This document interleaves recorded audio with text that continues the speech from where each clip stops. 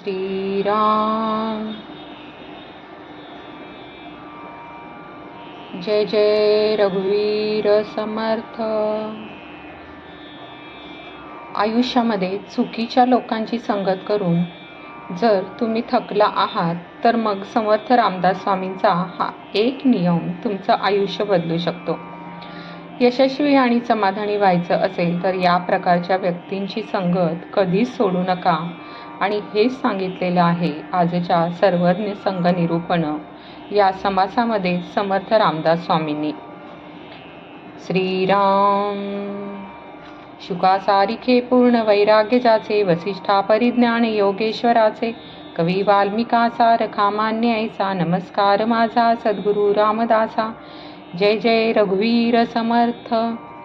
सार्थ श्रीदास बौद्ध शक 18वा समास दुसरा सर्वज्ञ संघ निरूपण. अंतरात्मा हाच जगदीश्वर आहे. त्याने हे सगळे विश्व निर्माण केले. तो साध्या डोळ्यांना दिसत नाही ही गोष्ट खरी, पण आपल्या विवेकशक्तीने त्याची बरोबर कल्पना करून त्याचे अखंड ध्यान लावण्याचा अभ्यास प्रत्येक व्यक्तीने करावा. ज्यास त्याचे अखंड ध्यान लागते त्यास कृपाळूपणाने तो खायला प्यायला घालतो. अशा रीतीने उपासना करता करता अखेर देवा भक्तांची अखंड भेट होते आणि जे काही द्वैत आहे ते नाहीसे होते. पण या साऱ्या गोष्टी कुठून शिकाव्या तर जाणत्यापाशी शिकाव्या. अंतरात्मा खरा जाणता असल्याने त्याला जाणणारा तोच जाणता किंवा ज्ञानी बनतो. आत्मा हा ज्ञान स्वरूप असतो, म्हणून आत्मज्ञानी पुरुष स्वतःच ज्ञानमय बनतो. अशा आत्मज्ञानी पुरुषाच्या सहवासाला राहावे आणि जीवनाची सर्व अंगे त्याच्यापासून शिकून घ्यावी. भगवंताचे गुण अखंड गायला शिकावे. भगवंताविषयी अखंड संभाषण करावे म्हणजे त्यापासून अतिशय आनंद प्राप्त होतो आणि हीच सत्संगती आहे. आता याचे निरूपण ऐकूया. श्रीराम समर्थ. नेनेपणे झाले ते झाले, झाले ते होऊन गेले, जाणतेपणे वर्तले पाहिजे नेमस्त. जाणत्याची संगती धरावी, जाणत्याची सेवा करावी, जाणत्याची सद्बुद्धी घ्यावी हळूहळू. जाणत्यापाशी लेहो शिकावे, जाणत्यापाशी वाचू शिकावे, जाणत्यापाशी पुसावे सकळ काही. जाणत्यास करावा उपकार, जाणत्यास झिजवावे शरीर, जाणत्याचा पहावा विचार कैसा आहे. जाणत्याच्या संगतीने भजावे, जाणत्याचे संगतीने झिजावे, जाणत्याचे संगतीने रिझावे. विवर विवरो, जाणत्यापाशी गावे गाणे, जाणत्यापाशी वाजवणे, नाना आलाप शिकणे जाणत्यापाशी. जो आत्मज्ञानी आहे, जो जाणता पुरुष आहे, त्याच्यापासून काय काय शिकून घ्यावे हे समर्थ आपल्याला या समासामध्ये सविस्तरपणे सांगत आहेत. आपण अज्ञानी असल्याने अजाणतेपणाने आजपर्यंत जे काही घडले ते घडून गेले. आता यापुढे जाणतेपणाने नीट व्यवस्थित वागावे. जाणत्याची संगत धरावी, त्याची सेवा करावी, त्याची सद्बुद्धी आपण हळूहळू आपलीशी करून घ्यावी. सूक्ष्म ज्ञानदृष्टीने अंतरात्मा पाहण्याची जी बुद्धीची स्थिती आहे तिला सद्बुद्धी म्हणतात. जाणत्यापाशी लिहायला वाचायला शिकावे, सगळे काही त्याला विचारावे. जाणत्या माणसासाठी उपकार करावा, त्याच्यासाठी शरीर झिजवावे, तो कसा विचार करतो ते पाहावे.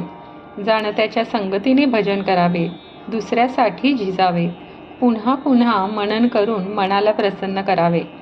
जाणत्यापाशी गाणे बजावणे शिकावे, आलाप कसे घ्यावे हे त्याच्याजवळ शिकावे. जाणत्याचा आधार धरावा, तो जे सांगेल ते औषध पाणी करावे, तो ते जे सांगेल ते पथ्य करावे. जाणत्यापाशी परीक्षा करायला शिकावे, त्याच्यापाशी तालीम करावी, व्यायाम शिकावा, तसेच त्याच्यापाशी पोहण्याचा अभ्यास करावा. जाणता जसे बोलतो तसे बोलायला आपण शिकावे, तो सांगेल तसे आपण वागावे, तो जसे ध्यान करतो तसे ध्यान करण्याचा प्रयत्न आपण करावा. जाणत्याच्या कथा शिकाव्या, त्याच्या युक्त्या समजून घ्याव्या, त्याच्या सगळ्या गोष्टींचे नीट विवरण करावे. जाणता पेच कसे घालतो ते समजून घ्यावे, त्याचे पीळ उकलावे, तो लोकांना जसे खुश ठेवतो तसे आपण पण ठेवावे. जाणत्यावर आलेले प्रसंग ओळखावे, निरनिराळ्या प्रसंगात त्याच्या वागण्याचे प्रकार घ्यावे, त्याला जी स्फूर्ती येते तिचा सर्वांगाने अभ्यास करावा. जाणत्याच्या बाहेरील वागणुकीपेक्षा त्याचे अंतरंगातील जीवनच अधिक अभ्यासनीय असते. त्या जीवनात जाणत्याच्या स्फूर्तीला फार महत्त्व असते. तिचा सर्वांगीण अभ्यास व्हायला हवा. जाणत्याचा प्रयत्न करण्याचा स्वभाव घ्यावा, त्याची विचार पद्धती समजून घ्यावी आणि त्यांच्या शब्दावरून त्याने न सांगताच त्याचा सगळा भावार्थ समजून घ्यावा. जाणत्याचे धूर्तपण व राजकारण पाहावे, त्याचे निरूपण ऐकत जावे, जाणत्याचे कवित्व शिकावे, त्याचे गद्य व पद्य समजून घ्यावे, त्याची मधुर वचने आपल्या अंतर्यामी समजावी, जाणत्याचे प्रबंध पहावे, त्यांची निरनिराळी वचने वाचावी, त्याचे अनेक संवाद नीट शोधून पहावे, जाणत्याची तीक्ष्ण बुद्धी, त्यांची सहनशीलता आणि त्यांची उदारता आपण समजून घ्यावी, जाणत्याच्या अनेक कल्पना, त्यांची दीर्घ सूचना, त्यांची विवंचना आपण समजून घ्यावी, जाणता आपला काळ कसा सार्थकी लावतो, अध्यात्माचा विवेक तो कसा करतो, या गोष्टी आणि त्याचे आणखी सगळे गुण आपण घ्यावे, जाणत्याचा भक्तिमार्ग, त्याची वैराग्य पद्धती, हर एक प्रसंगी त्याचे वागणे आपण समजून घ्यावे, जाणत्याचे ज्ञान पाहावे, त्याचे ध्यान शिकावे, जाणते पुरुष अनेक पद्धतीने ध्यान करतात, आपला सहवास ज्यांच्याशी असेल त्याचा ध्यान प्रकार आपण शिकावा, जाणत्या पुरुषाच्या ज्या सूक्ष्म खुणा आहेत त्या आपण समजून घ्याव्यात, जाणता अलिप्तपणे कसा राहतो, त्याच्या विदेह देहाचे लक्षण कोणते, विदेह अवस्थाचे लक्षण कोणते, तो ब्रह्मविवरण कसे करतो, हे सगळे आपण समजून घ्यावे. वास्तविक अंतरात्मा हा खरा जाणता असल्याने त्याला जो ओळखतो तोच जाणता होतो. अंतरात्म्याच्या सत्तेने सारे जग जे आहे ते चालते, जगते. त्या अंतरात्म्याचे कर्तृत्व ओळखून त्या अंतरात्म्याचे अखंड ध्यान धरावे. तो अतीव सूक्ष्म असल्याने दिसत नाही, म्हणून अंतर्मुख होऊन त्यास बघावे. अंतरात्मा तेवढा एकटा खरा जाणता आहे. त्याच्या महिमा सांगणे शक्य नाही. त्याची विद्या, त्याच्या कला व त्याचे गुण याचा अंत कोणासच लागत नाही. तो सत्य आहे, ज्ञानमय आहे आणि अनंत आहे. अशा अंतरात्मारूपी परमेश्वराचे गुणानुवाद करावे, त्याच्याविषयी सतत संभाषण करावे. असे केल्याने अतिशय आनंद अनुभवास येतो. परमेश्वराने निर्माण केलेले हे विश्व सतत आपल्या दृष्टीस पडते. विवेकी माणसे जाणत्या पुरुषाकडून वारंवार विवरण करून ते समजून घेतात. जे जे काही निर्माण झाले आहे ते सगळे जगदीश्वराने निर्माण केलेले आहे.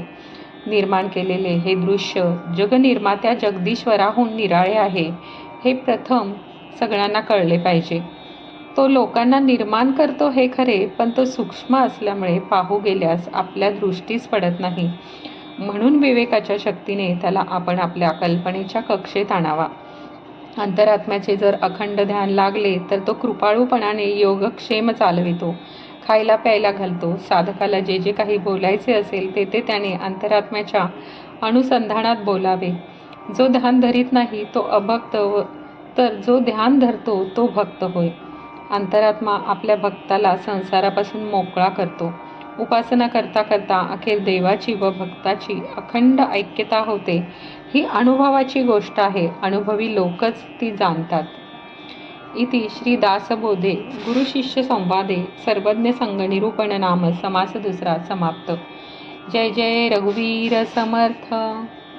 तुम्हाला हा दशक 18 मधील समास दुसरा याचे वाचन आवडले असेल तर या व्हिडिओला कमेंट करा, लाईक करा, शेअर करा आणि पुढील व्हिडिओसाठी हे चॅनल सबस्क्राईब करायला विसरू नका.